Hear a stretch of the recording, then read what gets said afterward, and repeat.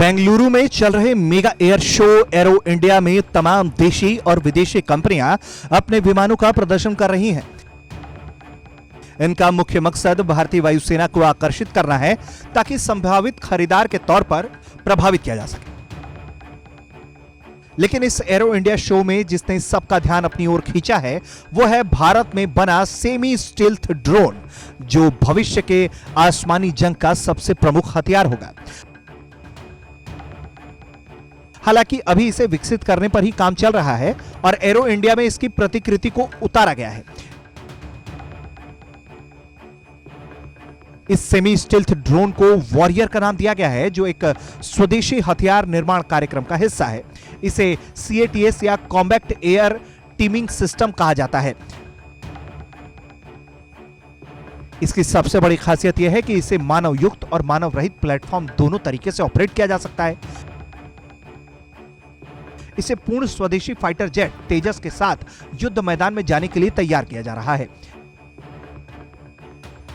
इस ड्रोन की सबसे बड़ी खासियत यह है कि दुश्मन के वायु क्षेत्र में तेजस के फाइटर पायलट के साथ मिलकर यह सुरक्षा के भारी इंतजामों के बीच भी मिशन को अंजाम दे सकता है।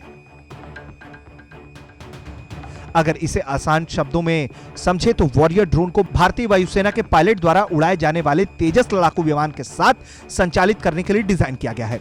इससे युद्ध क्षेत्र में जाने के साथ बचाव और हमला दोनों एक साथ हो सकेगा। ड्रोन आसमानी जंग में अहम भूमिका निभाएगा। वॉरियर ड्रोन के 3 से 5 साल के भीतर उड़ान भरने की उम्मीद है और इसे बनाने का खर्च हिंदुस्तान एरोनॉटिक्स कंपनी उठा रही है। इस पर काम करने वाले एक विशेषज्ञ बताते हैं कि यह ड्रोन ऐसा योद्धा होगा जिसे सारी कमांड तेजस फाइटर जेट से मिलेगी। उन्होंने कहा कि यह ड्रोन हर मशीन की प्रभावशीलता को अधिकतम करने के साथ ही वायुसेना के फाइटर पायलटों के जान जाने के जोखिम को भी कम कर देगा। विशेषज्ञ के मुताबिक ये ड्रोन युद्ध क्षेत्र में जहां पायलटों के रक्षक होंगे, वहीं दुश्मनों के लिए भक्षक होंगे। वॉरियर ड्रोन को हवा से हवा और हवा से जमीन पर मार करने वाली मिसाइलों से लैस किया जा रहा है। इसका इस्तेमाल जमीन पर या हवा से निशाना साधने के लिए किया जाएगा।